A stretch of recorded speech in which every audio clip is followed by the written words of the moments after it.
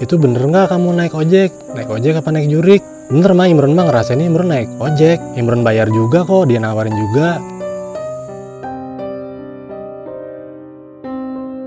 Kemudian gue diputerin persis banget di depan kamar mayat RSAS.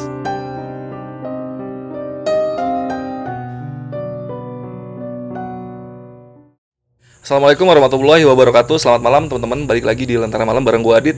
Sekarang kita lagi ada di segmen Saksi Misteri nih. Kali ini kita udah kedatangan tamu spesial nih, Bang Imron, yang akan menceritakan tentang pengalaman mistisnya waktu perjalanan dari Jakarta ke Bandung.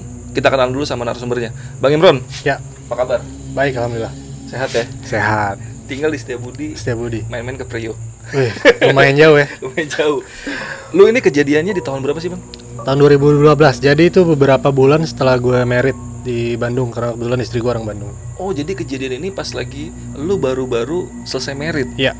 Dan lu kerja di Jakarta, istri Kerja di Bandung. kerja di Bandung, Iya. stay di Bandung. Stay di Bandung. Karena kalau orang dulu kan bilang ada kalau pengantin baru masih wangi nih katanya. Ya mungkin ya salah satu faktor lah. Oh iya. Jadi mungkin ada gangguan-gangguan Iya. kali ya. Itu lu ke Bandung itu seminggu sekali atau gimana? 2 minggu sekali. 2 minggu 2 sekali? minggu sekali gue manfaatin extra off gue karena gue kerja di hotel nggak bisa libur weekend kan. Cuman karena manajer gue mungkin ngertiin gue pengantin baru, ya gue cuma request di Sabtu Minggu dalam 1 bulan gue bisa libur lah. Jadi biar gue bisa pulang ke Bandung. Yaudah nih, boleh promoin dulu Instagram lu, Bang Imron. Kalau teman-teman ada yang mau nyapa-nyapa. Siap. Di Instagram gue di Embong Bastardos, @embongbastardos. Oh iya. Nanti gua taruh di deskripsi. Ya udah teman-teman, tonton video ini sampai habis ya, jadi biar bisa dengar detail dari ceritanya Bang Imron saat dia naik kendaraan yang bisa dibilang gaib lah ya. Gaib. Ya udah, sebelum teman-teman dengar ceritanya, teman-teman tonton dulu yang satu ini.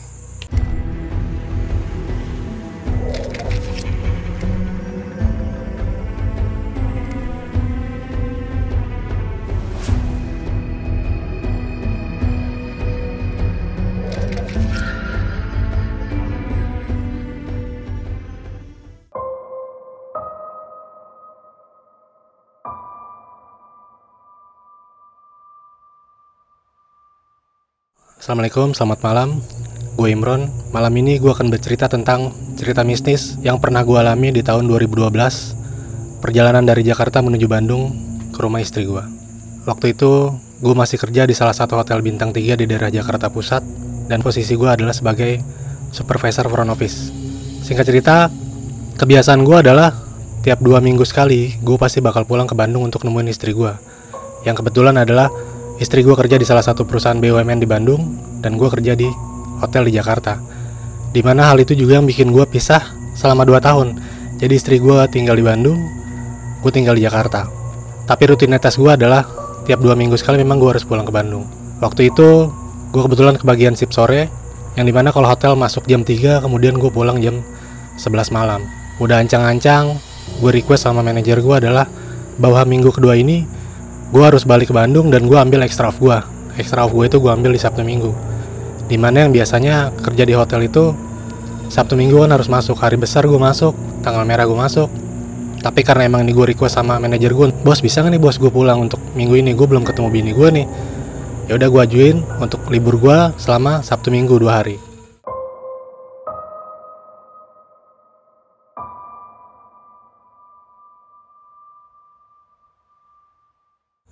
Waktu itu akhirnya gue udah dibuatkan jadwal bahwa untuk Sabtu Minggu tuh gue libur. Gue gak mesen travel untuk Bandung karena biasa memang gue dadakan gue dapet. Gue santai aja. Pada waktu sebelum kejadian juga gue gak ngerasain hal apa-apa, gak punya firasat gimana-gimana, ya seperti biasa aja lah. Cuman yang ada di hati gue cuma gue kangen pengen ketemu istri gue di Bandung, karena gue memang gak ketemu 2 minggu lah. Dimana orang-orang biasanya pasangan baru, pengantin baru bisa ketemu setiap hari, dan gue ketemu dalam sebulan cuma 2 kali. Itu pun Sabtu Minggu. Sabtu subuh biasa gue sampai, Minggu harus pulang lagi karena gue Senin harus kerja. Akhirnya jam 11 malam, pada waktu itu hari Jumat, memang saatnya gue udah pulang. Kebetulan ada salah satu ATM di samping hotel, dan gue ambil uang di situ. Gue masih ingat 150.000. Dari hotel itu gue jam 11.15. Akhirnya pada waktu itu ada taksi lewat. Gue naik taksi, gue bilang sama supir taksi, "Pak, ke travel ini ya di daerah Semanggi," gue bilang gitu. "Oh siap," kata dia. Akhirnya sampai di travel ke jam 12 kurang 15-an lah. Sampai di sana ternyata gue nggak dapet tiket dan gue harus waiting list. Gue lupa bahwa hampir rata-rata menuju Bandung di hari Jumat itu pasti full, entah itu yang sore, entah itu yang pagi atau malam, karena orang kerja pasti langsung pulang ke Bandung yang domisili di Bandung. Akhirnya gue waiting list, gue nungguin selama kurang lebih 15 menit, dan akhirnya ada satu orang penumpang yang nggak datang dan gue bisa gantiin penumpang tersebut. Gue bayar waktu itu 80.000 untuk travelnya. Gue bayar, akhirnya gue naik. Gak lama gue buka-buka handphone, mainin handphone, gue ketiduran. Tahu-tahu tuh gue bangun udah di kilometer sekitar 80-an. Gue bangun, gue lihat handphone lagi. Gue sambil waktu itu masih pakai BlackBerry kalau nggak salah, tahun 2012 sama handphonenya BlackBerry, masih BBM-an lah. Gue BM bini gue bilang, udah nggak usah tungguin, tidur aja. Kalau tungguin juga nanti biasanya nyampe kan 2:30, kamu tidur aja dulu. Gue bilang itu sama bini gue. Udah, dan di situ di pinggir tol itu 2:30 gue ngeliat ada bapak sekitar umur 60-an. Dia pakai pakaian tani, celana pendek hitam, baju hitam, kaos oblong biasa, sama topi itu kayak topi yang dirajut-rajut gitu, sama megang cangkul. Dalam hati gue cuma mikir biasa, oh paling petani gitu yang pergi ke kebunnya kah atau apa gitu, karena kan itu di tengah tol, di gunung kan, tol Cipularang itu kan. Pikiran gue biasa. Udah, akhirnya tuh keluar tol Pasteur, travel gue berhenti di salah satu mall di daerah Pasteur, dan penumpang lain itu turun di situ, dan cuma gue yang minta turun di pool. Karena awalnya tuh gue pikir seperti biasa, ini travel bakal turun di pool di daerah Ciamplas. Ternyata enggak, travel itu malah turun di kolong flyover Pasopati. Gue diturunin persis di bawah kolong flyover Pasopati, yang kalau kiri itu ke arah Sukajadi arah Lembang, dan di sebelah kanan itu ada rumah sakit RSAS Hasan Sadikin.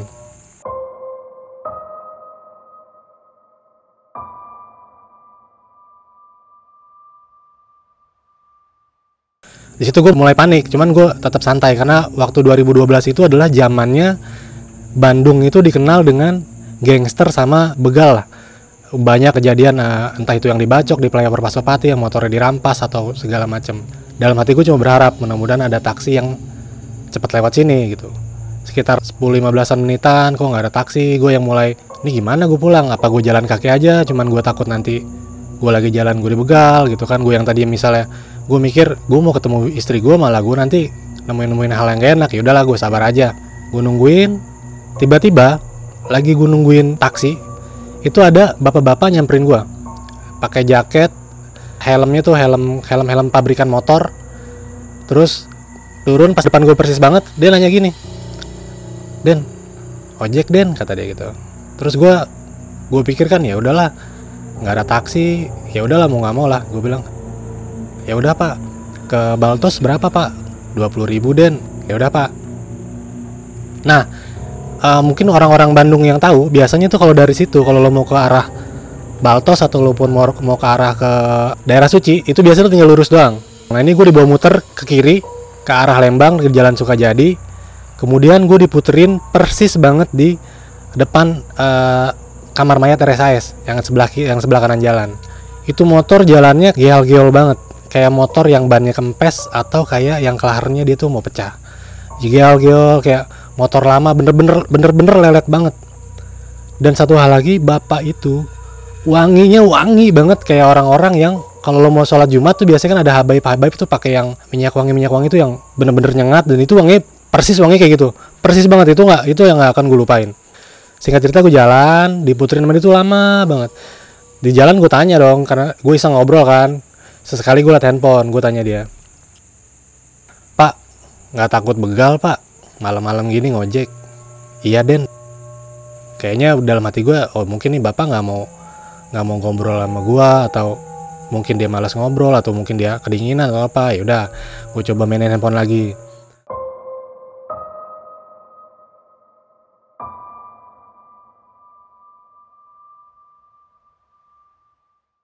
Gue lihat lagi kanan kiri gue, kok masih daerah sini juga nih motor, jalannya lama banget. Udara Bandung tuh dingin, jam 2:30, itu dingin banget. Gue nanya ke bapak ini, Pak, nggak takut masuk angin Pak? Lagi-lagi jawaban yang sama, cuma iya Den. Dan itu datar jawabnya, nada datar banget. Kalau kayak gojek sekarang kan kalau kita ajak ngobrol dia seneng. Kalau ini kayak yang Ya udah diem aja gitu, cuma jawab seperlunya. Akhirnya gue dibelokin ke arah flyover Pasopati, naik, kemudian turun, gue dibelokin di kanan. Gue bilang, "Pak, turunnya di sana Pak, di depan Baltos." Gue bilang itu di depan Mall Baltos. Dia bilang, "Enggak, di sini aja." Itu di depan pohon besar itu rektor ITB di seberang Baltos, orang Bandung pasti tahu. Dan di samping itu gedung rektor ITB itu besar dan memang pohon-pohon besar. Ya udahlah, gue pikir ya udahlah, mungkin ya orang udah tua, mungkin dia mau langsung lurus kali ke arah Dago. Ya udahlah, gue pikir ya udah, gue turun di situ, gue bayar 20.000. Gue bayar 20.000 kan. Jalan lah gue santai. Gue lihat di situ masih ada warung yang memang biasa buka di samping Baltos, ada satu warung kecil. Gue beli rokok. Gue jalan dong ke situ. Gue bilang, "Mang, beli rokok." Marlboro Black Menthol waktu itu. Terus pas gue ngambil dompet, gue keluarin duit. Oh, duit gue nggak ada. Terus gue inget-inget lagi. Oh iya, gue bayar travel 80.000, ongkos taksi 37.000, gue kasih gocap buat supir taksinya. Gitu kan, sisa bayar 20.000. Udah. Akhirnya gue bayar di situ, gue pengen bayar tukang rokok, nggak jadi karena gue nggak ada duitnya kan. Ya udahlah, gue bilang, "Yaudah kan nggak jadi." Cuma nih tukang rokok ngeliatin gue kayak yang bener-bener aneh banget itu, kayak yang ini orang kenapa gitu. Jadi cuman gue ya udahlah, gue biasa aja kan, tanpa gue menaruh rasa curiga atau apapun. Gue jalan, sayup-sayup tuh terdengar kalau orang mau subuh tuh kan suka ada yang ngaji-ngaji di musola tuh sebelum azan subuh kan. Suara azan subuh tuh udah mulai ngaji-ngaji. Gue buka gerbang rumah bini gue ketok. Istri gue kaget, maksud gue kagetnya gini, dia bilang, "Tumben banget sih nyampe sampai mau azan subuh." Dia bilang gitu, "Harusnya kan jam segini udah sampai." Terus gue bilang, "Ya udah, tadi macet." Terus naik ojek, sholat subuh. Gue masih belum ngerasa ada yang aneh sama diri gue atau perjalanan gue, sama sekali nggak ada. Yaudahlah, bodo amat, yang penting gue udah ketemu istri gue. Habis sholat subuh, tidur sebentar, bangun jam 8 pagi tuh sarapan. Biasa orang cuaca Bandung dingin kan, habis sarapan gue pengen ngerokok karena memang gue pengen ngerokok. Gue lihat lagi dompet, oh duit gue masih nggak ada. Gue waktu itu minta sama istri gue, minta duit tuh buat beli rokok nih ke warung atas. Gue bilang gitu. Jalanlah gue ke warung atas. Ketika ke warung atas, gue beli rokok. Si tukang rokok nih nanya sama gue, "Semalam dari mana, Ah?" "Oh biasa, baru nyampe dari Jakarta." Terus naik ojek lah. Cuman tukang ojeknya nggak mau masuk ke dalam sini, jadi turunin di sana. Masih biasa lah dia ngeliat gue tuh. Cuman kayak orang nggak percaya gitu. "Kenapa ya Kang?" "Enggak, saya emang ngeliat si A jalan kaki." Gue jalan kaki dari mana? Orang gue pikir gue naik ojek, gue juga bayar. Gue masih santai gitu kan, gue pikir. Udah. Terus dia negesin lagi, "Beneran si A jalan kaki dan saya lihat si A ada di bawah pohon besar nyebrang ke sini," kata si tukang rokok nih. Karena gue pikir ya udah, gue nggak mau debat, gue ngerasa gue naik ojek, ya udah santai. Gue balik lagi ke rumah istri gue. Kaki gue tuh pegel banget kayak lari di GBK tuh 10 putaran lah, itu bener-bener pegelnya dahsyat banget, kaki pada pegel. Gue cerita sama istri gue, tolong bikinin air panas sama dikasih apalah gitu, rendam kaki gue biar gak sakit. Itu gue cerita sama istri gue. Istri gue nanya, "Kok semalam kamu belum jawab? Jawaban kamu gak jelas, kamu naik apa, terus turun di mana? Tumben lama." Ya gue naik travel kayak biasa yang dari Semanggi, yang memang itu 24 jam biasanya di situ. Dan karena memang semalam gak ada taksi, ada beberapa nawarin gue ojek, ya udah naik ojek. Cuman aneh, kan semalam tuh naik ojek itu bapaknya wangi banget, kayak orang mau sholat Jumat tuh yang pakai parfum wangi banget. Terus aneh deh, kenapa aku diputerin ke Sukajadi dulu ya, nggak langsung lurus aja? Kan bisa lurus kalau pakai motor mah udah malam. Kenapa diputerin ke arah Sukajadi? Ya udah biarin aja sih, yang penting udah sampai. Cuman kayak di hati tuh kayak ada yang masih ngeganjel gitu, maksudnya apakah gue beneran naik ojek atau enggak sih, gue pikir gitu kan. Gue ngomong lagi ke si istri gue, tapi dia selalu jawabnya singkat-singkat, terus manggil aku Aden. Orang Bandung mah jarang yang manggil Aden, paling juga AA, Akang. Terus gue makin bingung. Udah, sampai akhirnya gue nanya ke mertua gue, karena gue saking penasarannya. "Mah, emang orang Bandung jarang ada yang manggil cowok untuk sebutan Aden gitu?" "Jarang Imron, di Bandung mah paling manggilnya AA sama Akang, emang kenapa gitu?" Ceritalah sama mertua dari awal, dari Jakarta sampai gue turun di bawah flyover Pasopati itu. Terus kata dia gini, itu bener nggak kamu naik ojek? Naik ojek apa naik jurik? Bener mah, Imron mah ngerasain Imron naik ojek. Imron bayar juga kok, dia nawarin juga. Udah habis itu gue jalan ke depan ruang tamu, gue masih mikirin apa omongan mertua gue bener juga, apa itu gue bukan naik ojek, atau entah itu makhluk halus kah gitu. Gue sambil gue berpikir bahwa itu jangan-jangan bukan ojek beneran gitu, karena selama ini kan gue juga suka denger bahwa ada angkot hantu lah. Selama itu cuma jadi mitos yang pernah gue denger doang dan gue nggak pernah ngalamin. Tapi pada waktu malam itu gue seolah ngalamin hal-hal yang memang akhirnya gue alamin gitu. Jadi ini beneran gue naik ojek kah atau gue memang hantu? Dan di situ akhirnya gue inget bahwa bapak-bapak yang gue naikin semalam itu wajahnya mirip persis sama kakek-kakek yang gue liat jalan di kilometer 83.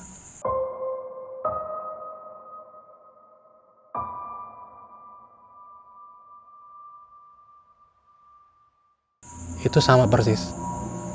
Wajahnya, keriput-keriputnya sekitar umur 62-an itu sama persis. Bener-bener sama persis. Setelah itu gue biasa, besokan harinya gue sakit selama kurang lebih 3 hari.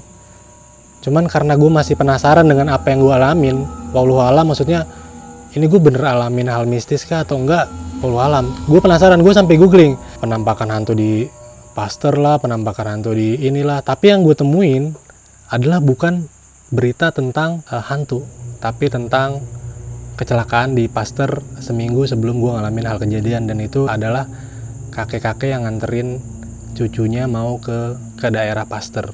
Jadi dia kecelakaan, ketabrak sama mobil, kakeknya meninggal, cucunya masih selamat kritis di rumah sakit RSHS.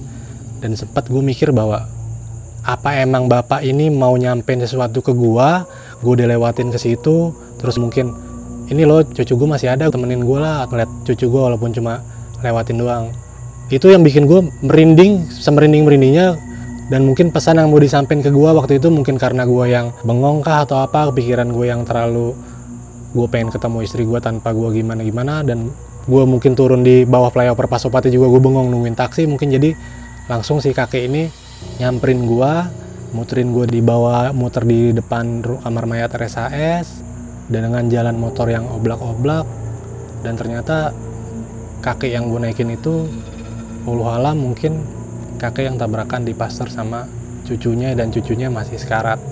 Jadi cerita ini yang bikin gue sampai 3 hari sakit meriang, bikin gue penasaran bahwa kenapa gue bisa ngalamin hal yang nggak pernah gue alamin, dan biasanya gue cuma denger dari mitos-mitos teman-teman yang tadinya mungkin angkot atau kereta, dan akhirnya gue alamin.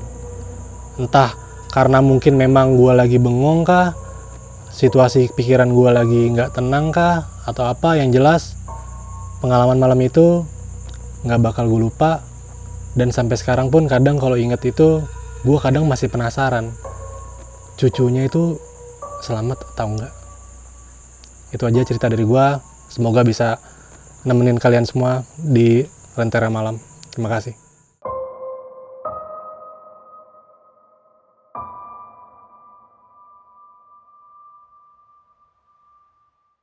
Oke, itu tadi cerita dari Bang Imron. Makasih banget nih Bang Imron udah share ceritanya ke teman-teman Lentera Malam, pengalaman mistisnya nih. Sekarang gue mau tanya-tanya sedikit nih buat melengkapi cerita Bang Imron yang tadi lah. Pertanyaan pertama gini Bang Imron, ternyata itu kan kakek-kakek yang ngegonceng lu, akhirnya lu sadar itu kakek-kakek yang mirip banget sama kakek-kakek yang di tol kilometer berapa tadi? Kilometer 83. 83. Itu boleh tahu nggak sih, kilometer 83 itu kilometer yang sering jadi kecelakaan bukan sih? Setahu gua sih memang sepanjang dari kilometer 83 sampai 97 itu memang kadang rawan kecelakaan. Karena kan secara nggak langsung itu biasanya kalau kita bawa mobil tuh kayak nggak nanjak, cuman sebenarnya itu dia nanjak. Kalau arah dari Bandung ke Jakarta justru turunan. Itu yang bikin orang sering tabrakan karena jalurnya tuh enak, maksudnya buat lo lagi lurus kenceng agak belok. Nah itu yang sering banyak kecelakaan sama angin. Kalau hujan tuh kabut juga tebel banget. Soalnya gue tadi agak nebak-nebak pas lagi lu cerita. Jadi kan ternyata akhirnya ketahuan kalau kakek-kakek mungkin kakek-kakek itu yang kecelakaan sama cucunya. Nah, lu kan pertama kali ketemu sama kakek-kakeknya itu kan pas di kolong flyover Pasopati. Ya? Dia tiba-tiba nongol di depan lu. Benar banget. Pas di situ lu sempat ngelihat mukanya jelas banget. Jelas. Itu Dia- boleh nggak sih deskripsiin lagi? Ibaratnya kayak rambutnya atau Jadi gini, kumisnya gitu? kalau rambut gue nggak ngeliat karena dia pakai helm pabrikan tuh, yang model helm Halves cuman pabrikan lah. Yang Honda kali ya? Ya, Iya, benar-benar. Nah, dia tuh keriput, kumisnya dia agak-agak putih. Terus kayak seumuran 62, dan wajahnya juga gue nggak mikir kayak dia, misalnya kalau orang kan mungkin ketemu hal-hal gitu bilang wajahnya pucat lah, atau ini nggak, yang kayak orang biasa aja. Yang Jadi gue biasa juga aja. nggak yang naruh curiga. Gue pikir juga kan ya udahlah, daripada nggak ada taksi, udah gue naik gojek aja. Cuman yang anehnya adalah dijawab cuma seperlunya. Iya, Cuma iya Den, nggak ada kata lain. Selain kata iya Den Iya itu. Den, bener. Dan sempet lu dibelokin ke daerah rumah sakit Hasan Sadikin, RSIS. Sedikit. Ya. Padahal kalau lu mau ke tempat lu itu harusnya nggak perlu lewat Nggak situ. perlu, tinggal lurus doang, ngaclep, nyampe belok kanan. Dan itu lu menduga-duga kalau kakek-kakek itu pengen mampir di mana tempat cucunya yang sekarat itu dirawat ya. Iya, feeling gua. Mungkin dia mau feeling. menyampaikan pesan seperti itu. Mungkin cucu gua masih ada di sini dirawat gitu, mungkin ya. Karena yang di berita itu cucunya itu dirawat di situ. Iya, dirawat di RSIS. Karena memang rumah sakit paling dekat dari Pasteur ya itu, RSIS. Dan itu kejadiannya seminggu sebelum lu naik ojek itu. Betul, Kemungkinan besar cucunya itu masih ada di kemungkinan rumah besar, sakit itu ya. kemungkinan. Karena kalau baca berita pun cucunya sekarat doang sih, yang meninggal justru kakeknya. Sekarat, tapi lu nggak tahu akhirnya meninggal Nggak atau tahu. gimana. Tapi dalam kondisi kritis lah ya. Iya. Nah, lu sempet nggak pas jalan itu kan motornya ogel-ogelan ya? Iya. Lu sempet nggak ngeliat motornya itu merek apa gitu? Kalau untuk motornya tuh gue nggak sempat ngeliat apa, cuman yang jelas kayak motor jadul, kayak misalnya tuh Astrea Prima, kayak gitu loh, kayak yang jadul banget lah. Iya. Angkatan-angkatannya Astrea lah ya. Gitu. Itu 2 tak apa 4 tak? 4 tak. 4 tak. 4 tak. Bunyi berarti 4 tak itu yang Yang nggak nggak terlalu bunyi ya. Iya. Iya. Cuman itu memang jalannya kayak lo ban kempes, lo paksain jalan, ya gitu, gial-gial. Cuman gue pikir kan ya udah, mungkin ini kakek-kakek nggak bisa ngerawat motor, ya dia adalah. Gue pikir ya udahlah, yang penting gue sampai, gue nggak mikir yang macem-macem. Iya, Ya udah gue naik aja. Tapi lu sempet ngomong nggak sama kakek-kakeknya, Pak? Ini banyak kempes ya gitu? Nggak Nggak sempet lu? sempet. Gue cuma itu, karena gue tanya pertama, nggak takut begal, cuma bilang iya Den. Nggak takut masuk angin, iya Den. Maksudnya jawabannya nggak nyambung sama pertanyaan gue. Iya. Ya gue pikir ya udahlah, daripada gue lanjutin omongan, gue ngobrol kayak nggak antusias, ya udahlah. Yang penting kakek ini fokus aja di jalan, toh udah tua. Iya, karena nadanya mirip kayak orang yang nggak mau diajak ngobrol Iya, ya. bener banget. Iya. Dan di Bandung itu tahun 2012 itu ya? 2012. Musim-musimnya begal. Begal sama gangster motor. Dan itu flyover Pasopati terkenal banget, banyak yang dibegal. Iya, Makanya setelah kejadian itu ada dibikin patroli polisi. Di situ ada pos kalau nggak salah di atas flyover tuh. Iya, karena gue juga pernah dengar berita yang di flyover Pasopati itu yang cewek kalau nggak salah mayatnya dibuang atau diseret gitu. Iya. Diseret Iya, ya? Kayak diseret. Pernah denger nggak ya? Iya, cuman itu bukan di Pasopati, di kemananya gitu. Oh. Jadi yang dia alasannya ketangkap karena rambutnya ketarik di rantai kan ya? Iya. Iya. Betul. Iya. Wah, itu ngeri banget itu. Iya. Mungkin itu arwahnya gentayangan juga kali Mungkin, gitu ya. mungkin. Nah, buat yang pertanyaan berikutnya nih, gue pengen nanya, lu kan sempat ngobrol sama penjaga warung ya, Iya. yang kata lu mau beli rokok tapi ternyata duitnya habis ya. Iya. Lu terakhir ke Bandung kapan? Baru minggu kemarin. Minggu kemarin. Pedagang itu masih ada di situ nggak? Jadi kalau pedagang di sana itu kayak lo sip-sipan. Kayak tukang warkop Indomie itu kan juga sip-sipan. Nah, waktu gua kemarin tuh kebetulan bukan dia. Cuman memang biasanya dia. Oh, lu pernah nggak? Itu kan tahun 2012 ya. 2012. After kejadian itu lu pernah nggak sempet nanya-nanya lagi sama orang-orang itu? Sempat. Ada nggak cerita-cerita dari orang-orang itu gitu? Dia cuma tetap sama. Dia bilang, gue jalan kaki, gue nggak naik ojek. Dia cuma ngeliat gue nyebrang dari kolong ke depan rektor ITB di bawah pohon besar, gue nyebrang lagi ke warung. Sama jawabannya, sama persis. Itu jaraknya kalau lu jalan kaki dari tempat lu naik ojek awal kira-kira berapa kilo? Kalau jalan kaki itu paling setengah jam lah. Setengah jam. Karena kalau naik motor aja itu cuma 10 menit nyampe. 10 menit. Karena cuma lurus doang, turun ke bawah, belok kanan udah sampai. 5 kilo ada apa berapa kilo sih? Kurang lebih 10-an lah. 10 kilo. 10 kilo ya. Oh, lumayan juga ya. Lumayan. Mungkin kalau gue sih kayaknya emang bener sih, kayaknya lu naik ojek gaib sih. Karena kan lu pas besoknya ngerasain kalau kaki lu itu Kaki gue sakit banget. sakit banget Sakit ya. banget. Lu nyium kayak bau bangkai gak sih? Gue justru dari pertama gue dateng, Iya. gue tadi sempat bilang, gue nyium bau bunga sedap malam. Iya. Terus gue sempat nanya tadi sama Diana sama Mbak April, siapa yang bawa pakai kerudung putih? Tadi gue nanya, gue merinding nih. tadi yang ketika awal mau tag juga gue bilang sebentar ya, kenapa gue gelagapan, karena gue ngeliat. Ya udah gue bilang ya udah gue diam dulu, gue minum. Agak potong sedikit ya teman-teman. Ini di sini gue barusan pas kita lagi ngobrol-ngobrol ini nyium bau bangke gitu. Ya. Nyium nggak? Bau bangke ya? Cium ya? Lu nyium juga? Nyium. Ini kiri gue berasa banget. Kiri lu berasa banget? Kiri gue berasa banget. Waduh. Sedikit info, Mas Imron ini emang agak sedikit sensitif ya sama hal kayak gitu ya. Ya. Cuma dari buyut sih, cuma waktu gue tidur waktu kecil dia sempat ngomong ke bokap atau siapa, bokap nggak salah. Itu si Imron tolong jaga karena telapak tangannya beda kata gitu. Oh. Cuma gitu doang. Cuman gue pikir ya udahlah, gue yang biasa aja. Cuman setelah gue lihat teman-teman gue, orang-orang lain, emang telapak tangannya beda sama gue semua garisnya gitu. Oh, telapak tangannya beda lu garisnya. Oh ini ya. Oh iya nih. Ini baunya hilang lagi nih. Iya. 2 kali. Di situ cium nggak? Cium nggak sih? Nggak cium. Sekarang sedep malamnya justru yang kental banget. Iya nih keluar lagi nih. Bau agak wangi nih. Iya. Ini beneran nih teman-teman, ini bukan gimmick ya nih. Iya, sumpah demi Allah ini gue nggak bohong. Pertama kalinya kita ngalamin kayak gini nih. Shoot di sini nih. Makanya tadi dari awal gue bilang siapa yang ada yang bawa nggak nih pakai kerudung putih. Tadi gue nanya gitu. Kerudung putih itu maksudnya copong? Bukan. Perempuan pakai kerudung putih, cuman nggak dibalut, cuma kayak digini doang, pakai kemben putih juga kayak kebaya lah. Tadi gue sempat nanya sama dia sama Mbak April, ada yang bawa nggak? Gue bilang gitu. Ini benar-benar udah hilang bau bangkainya tiba-tiba. Cuman sedep malamnya yang berasa banget. Iya. Karena gue beberapa narasumber sebelumnya pernah shoot juga di sini, dan kata orang sini yang bisa ngeliat katanya salah satu narasumber yang pernah cerita di sini ninggalin kayak makhluk gitu di sini. Gue sebenarnya nggak enak juga mau nanya ke orangnya beneran apa enggak gitu sih. Cuman ya wallahu alam lah. Ya wallahu alam, kembali lagi kita nggak ganggu, mudah-mudahan mereka juga nggak. Semoga niatnya baik kan. Iya. Karena kebetulan tempat kita syuting ini rumah kosong, jadi wajar sih kalau ada yang hal-hal kayak gitu ya. Dan udah bertahun-tahun di sini kosongnya. Benar. Yaudah kita balik lagi ke topik. Untuk pertanyaan satu lagi nih Ron, kan seharusnya jarak dari tempat lu turun travel itu yang dibawa Pasopati ke rumah lu itu sekitar 10 menit ya? 10 menit. Dan lu sampai di kolong Pasopati itu jam setengah tiga. Harusnya jam 3 kurang udah sampai ya? Jam 3 kurang harus udah sampai normalnya. Tapi ternyata lu sampai jam setengah 5 kurang. Pokoknya ada orang-orang udah ngaji di musola masjid lah. Mau azan subuh. Udah mau azan subuh ya? Iya. Itu wajar banget atau itu kira-kira pas lu diputerin itu kerasa nggak lamanya kayak gitu? Itu yang gue bilang. Gue diputerin ini motor jalannya geol-geol. Terus kok kayaknya masih di depan rumah sakit yang tadi gue bilang tuh. Ketika gue nengok kanan kiri masih di situ aja.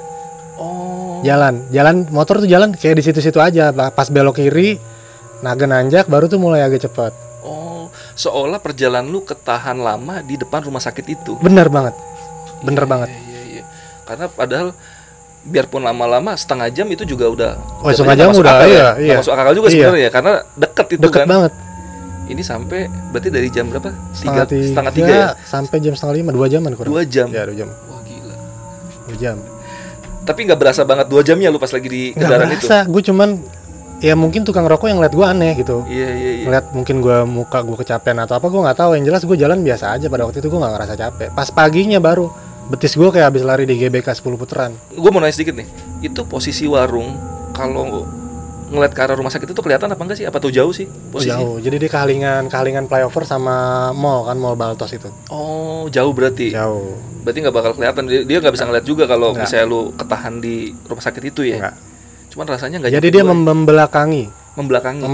Posisi warung itu flyover Pasopati, baru di sininya tuh RSAS.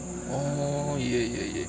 Oh iya Ron, buat yang berikutnya nih, itu kan kata orang yang jaga warung, lu sebenarnya jalan kaki ya? Iya. Dia nggak ngeliat lu naik ojek. Betul. Boleh tahu nggak nih, kira-kira kalau jalan kaki dari tempat flyover itu sampai ke warung yang tempat lu beli rokok itu, kira-kira 2 jam itu wajar nggak sih? 2 jam kurang lah, kurang lebih. Karena itu gua kan ke arah Sukajadi itu agak nanjak ke arah Lembang. Jadi jalan dulu, kalau walaupun jalan ke atas, balik lagi gue muter ke bawah, gue belok kiri lagi, naik flyover lagi, turun, baru gue belok kanan. Ya kurang lebih lah kalau jalan yang benar-benar santai ya segitu. 1,5 jam lah. Itu kalau pakai rute ojek itu? Iya.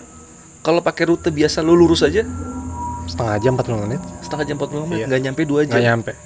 Berarti kemungkinan besar emang lu kayaknya jalan kaki ya. Kemungkinan. Walau alam. Karena lu juga ngerasain kaki capek banget ya. Capek banget. Lu mungkin nggak biasa jalan kaki kan. Nggak biasa. Nggak biasa Jauh jalan kaki. jadi pegel-pegel ya. Pegel. Tapi setelah kejadian itu pas lu di Bandung berapa lama tuh di situ?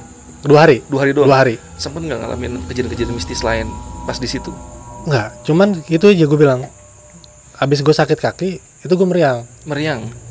Itu gue 3 hari meriang. Heeh. Itu sampai gue nggak masuk kantor.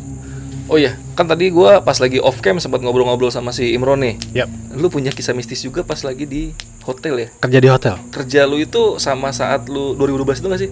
Dari 2009 sampai 2019 gue 2019 Ya. di hotel yang sama. di hotel yang sama. Berarti lu pas lagi ke Bandung itu masih kerja di situ ya? Masih kerja di situ. Dan hotel lu lumayan mistis ya. Lumayan banyak. Mungkin lain kali lu bisa cerita tentang kisah lu di hotel itu ya. Karena banyak banget tadi gua pas off cam sempat diceritain sama Imron tuh banyak banget kejadian-kejadiannya ya. Ya. Dan ada sejarah sebelum Hotel itu dibangun ya. benar. Dan itu menjadi salah satu tokoh mistik yang terkenal Yang ada di hotel situ itu. dan selalu ganggu di lantai 7. Oh iya iya. Mungkin nanti kapan-kapan Bang Imron bisa cerita lagi di Lentera Malam lah. Siap. Teman-teman nanti tunggu aja cerita dari Bang Imron tentang hotel itu ya. Ya. Ya semoga aja Bang Imron mau cerita lagi di Lentera Malam ya. Dengan senang hati. Dengan senang. Karena gue tadi pas dengerin di belakang pas off cam itu juga keren banget nih ceritanya nih. Iya. Ini harus diangkat juga nih kayaknya Siap. nih. Yaudah paling segitu aja. Makasih Bang Imron udah share Sama-sama. cerita di Lentera Malam. Siap. Nanti kita tunggu cerita yang di Hotel. ya. Ya udah. Paling gua Bang Imron izin pamit. Lentera Malam. Bye. Oke, lu kan pas malam itu ketemu sama kakek-kakeknya kan? Tuh. Oh iya. Kan lu waktu itu pas ketemu sama kakek-kakek.